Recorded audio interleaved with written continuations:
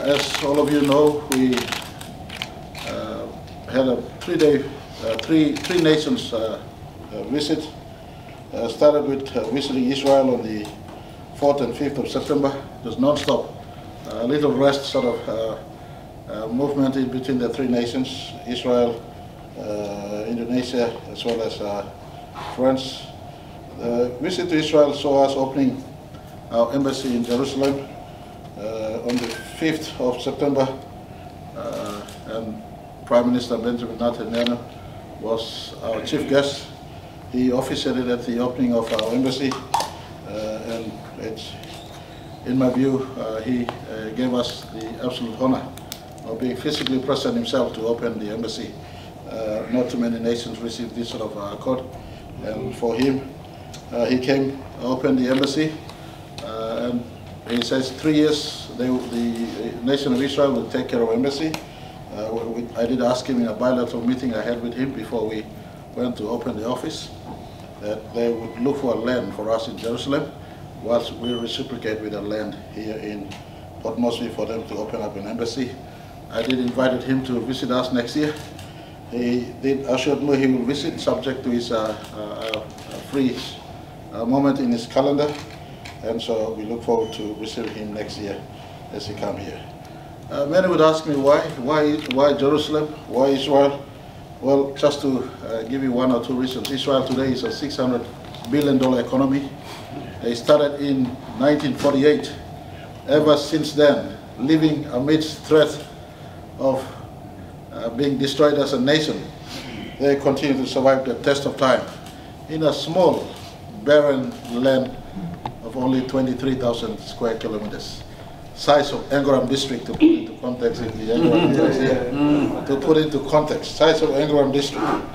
On a barren land today, they produce agriculture enough for self-sufficiency, as well as export to Europe and to USA. They're a technology-based economy. They've moved from a developing economy to now a first-class advanced economy. And in fact, per capita speaking, in terms of patent, the nation of Israel holds more patent than any other nation, and that is the basis of the survival of the economy. And USA, recognizing the importance of Israel, USA has its embassy in Jerusalem. Papua New Guinea becomes the only 5th country with an embassy in Jerusalem. Prime Minister Netanyahu himself acknowledged this, gave special recognition, and has mobilized capacity, mobilized technical expertise, mobilized education, and mobilize greater support in terms of Papua New Guinea, Israel having exchanges for us to not only just have a plutonic nation-to-nation relationship, but more importantly, a worthwhile relationship with the nation of Israel. When we arrived, we were programmed into firstly visiting educational institution called, let me get my notes, pick up my notes here, it's called Sister Casey, can you help me with this? Masaf.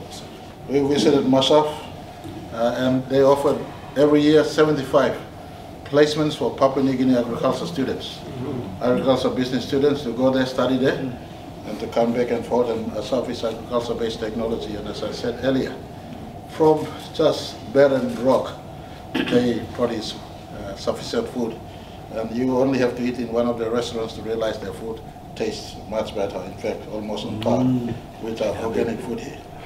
And so Israel and us, after the agriculture exchange, we went and we had a meeting in the head office of the Manufacturing Council, and they've heard from us our need to move into downstream, our focus to move into downstream. We invited the manufacturing sector to come in, and we made commitment for a special economic zone for any Israeli business who want to come into the space of downstream processing in our country. In my bilateral meeting with Prime Minister Benjamin Netanyahu, we have exchanges, discussions on exchanges in technology, public service, defense, security, intelligence, trade and commerce.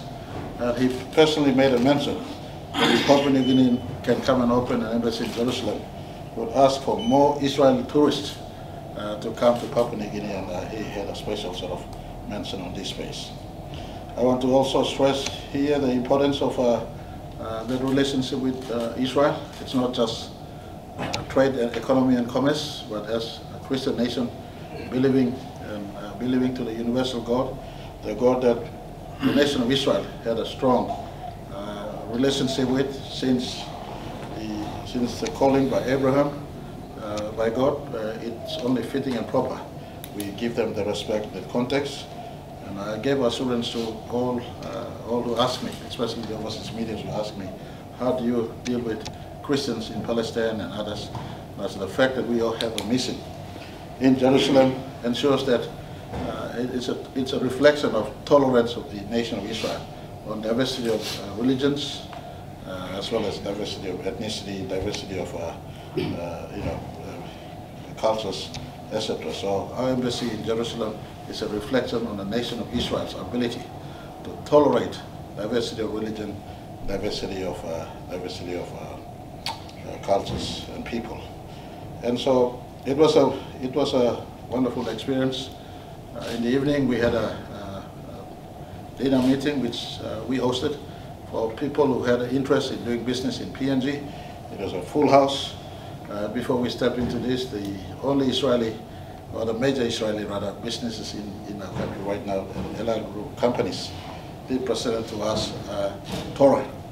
Torah is the original version of Bible from Israel's preserved heritage. Version of that was presented to us. The next day we did visit some of our significant historical sites for Christians in our country. We did visit the place where our Lord Jesus was buried, was crucified, and those were interesting sites. If any one of you want to travel there, it's visa on arrival into Israel. Unfortunately, we haven't rendered them visa on arrival, and so we're working towards rendering them visa on arrival. We are working on it. For Papua New Guinea, it's visa on arrival into Israel, and so I encourage every Christian who can afford, it is worthwhile taking a trip into the Holy Land. And it was just a night there. I flew back to Jakarta the next day. Arrived in Jakarta on the 6th. In fact, midnight 7th, Minister Tuzeko and Minister Daki, as well as they were there to receive me. And in the morning meeting, we had a bilateral meeting with President Widodo. President Widodo and me had a warm exchange. He hosted ASEAN meeting, so he was very busy that morning, but he was able to give me a slot for our bilateral meeting. I did convey to him certain messages from the MSG meeting, one of which was MSG leaders' resolution to support PIF in terms of allowing for United Nations to have a look into the allegations of the human rights issue in West Papua and Papua, the two provinces on the other side of our border, all within the context of giving respect to Indonesian sovereignty. And President Widodo assured me there's nothing much happening on the other side except development. I did inform that the 4 Melanesian leaders wanted to visit him and have an audience with him. He said, very much welcome. In fact, he proposed a date in October. And he also invited Papuan leaders to go across and have a look, especially in the 2 Papuan provinces. And he gave assurance that, like always media does, go ahead of every one of us and spin issues out, but to the best of their ability, they're doing well on the other side in as far as development is concerned for our friends in West Papua and Papua provinces. I did also, in our meeting, we stressed the importance of trade and improved economic ties. Indonesia is an economic powerhouse. Today, Jakarta, as I saw, was far different from the Jakarta I saw 10 years ago. When I first visited, Indonesia has been emerging strongly, and today it's over $1 trillion economy. It's top 20 in terms of the size of the GDP, and Indonesia is a very strong presence. They have affirmed some of the views we hold in terms of our resource focus, especially downstream and downstream processing, the Indonesia Prime Minister, President did indicate to me, I beg your pardon, the biggest mine they have on the other side, Freeport mine, they've now achieved 51%, and the Freeport mine operator has 49%. Similar to what we've done in Pogra, and he did comment me on the move in Pogra, and he said this is the only way we could develop side by side. And so they are focused on downstream processing just as much as we are focused on downstream processing. The coexistence of our mutual economy in trade, commerce, relationship, as well as our focus in ASEAN and Asia proper and the world is important. And so we're making synergy in not just politics and our cultural relationships, but more importantly, commerce, trade in that space. Indonesia has also made available educational spaces for our students. The shortcoming has been our own ability to identify the students and send to Indonesia. They've maintained the space made available for our students, almost up to 2,000 spaces for Papuan students to go and study in Indonesia based on my earlier visits and the return visit of Widodo and the bilateral we had in Port Moresby. They've also moved to speed in terms of following our request to access cheap, reliable power from the other side. I think they've now planted power grid to upload power from Jayapura into the border post of Utung. And they said, subject to our request, power is available to supply Vanimo and the north coast of our country. Power is also available to supply the south coast of our country from Marape. And these are also subject to our engagements to generate power from within PNG also to sell back to them and supply back to them into the future. Indonesia has made commitment to be net zero by 2060, and Indonesia is migrating to clean energy by 2060. And as they look out for clean energy sources, I've already pointed to them the possibility of not just our gas supply to them, but more importantly, power generated from our big hydro potentials we have in our country, Strickland, Purari, Kikori, the Ramu power. So the supply of power to us is temporary. We can work and synergize, similar to Malaysia supplying power and water to Indonesia. So Indonesia getting power from Malaysia, and Malaysia likewise getting power from Indonesia as the countries operate side by side for PNG and Indonesia, the exchange of energy, both from their current sources as well as our possible sources in gas and hydro, is something that we could develop further going forward into the future. Those were conversations that we've had with the Indonesian President. I also did indicate to him on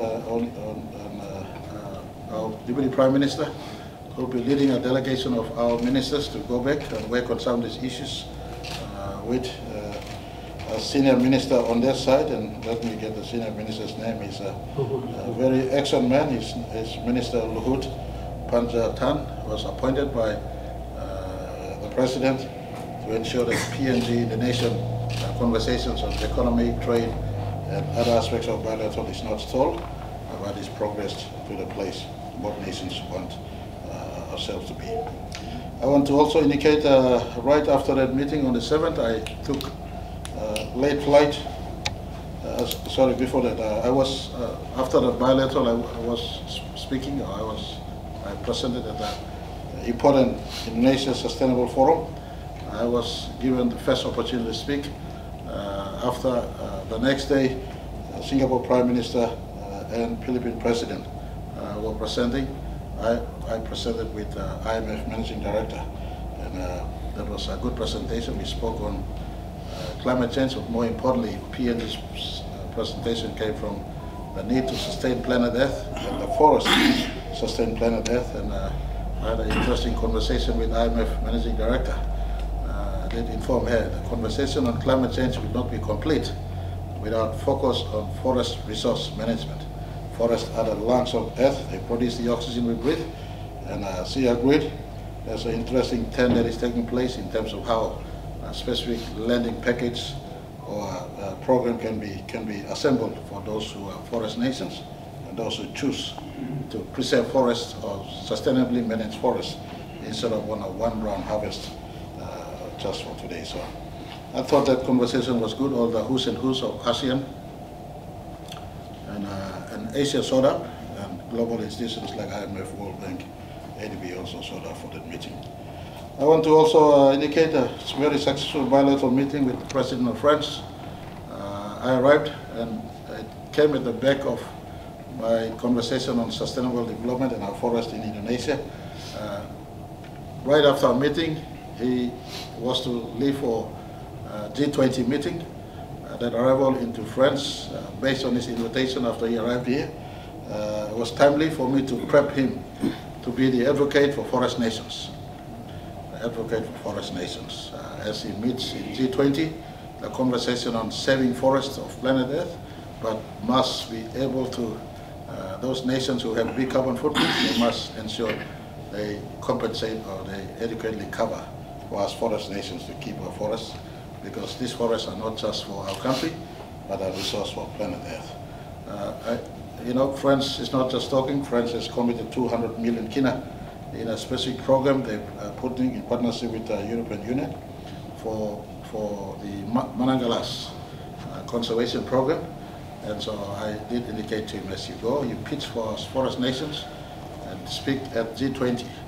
The G20 nations are beholders of over 80% of the entire global carbon footprint. And so I've asked him, you're going to pitch that you just cannot talk about climate change, assessing small island states and those who've been affected in terms of climate change without engaging in actually preserving or sustainably managing a forest. And so he's been truly, what's the medical word? There's a medical word that evades my mind, but he's been truly, he truly embraces the view that our forests are important, and he will be a strong voice for forest nations in the G20 meetings that is taking over, has just recently been concluded in India. I want to also indicate that we met Total Energy's president. He gave full assurance that the Papua LNG is going ahead, and I did point to him. We will be preparing Papua New Guineans to work at the floor hand and at every manner of help, technical help or technical person you could find in our country. And so he took note of this, and he said, yes, wherever we could maximize employment in PNG, we'll do so. And he confirmed that by the end of first quarter next year, FEED would be progressed, and after announcements, they would move straight into construction.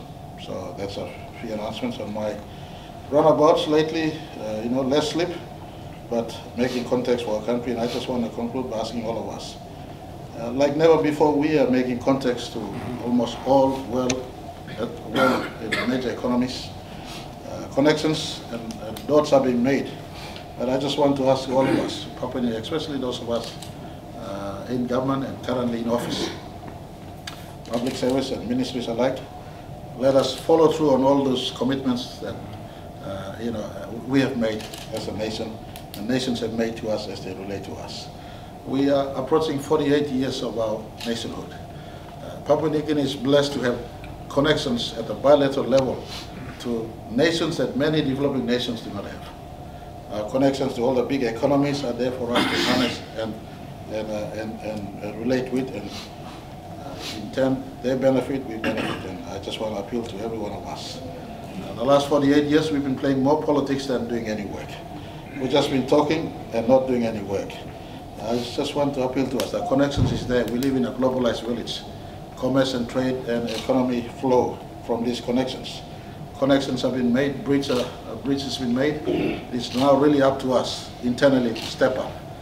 These nations can live on without Papua New Guinea. We need to relate to them. That is the job of Prime Minister. It is no fun. Traveling many hours with little sleep, but someone's got to do the job, and it is my job to do it in the meantime. But the rest of us now must follow through these commitments that we've made. Market is there for our producers. Accessibility for technology and capacity is there for our country to engage upon. Many of them have offered us spaces for our public servants to go and work and our students to go and study. And it's really up to us in the public service and the respective ministries to really step up and connect the dots that we've been able to place in as far as these connections are concerned. So that is all from me, but I want to appreciate the media for coming up. Thank you for holding up, waiting for my arrival. Thank you, DPM.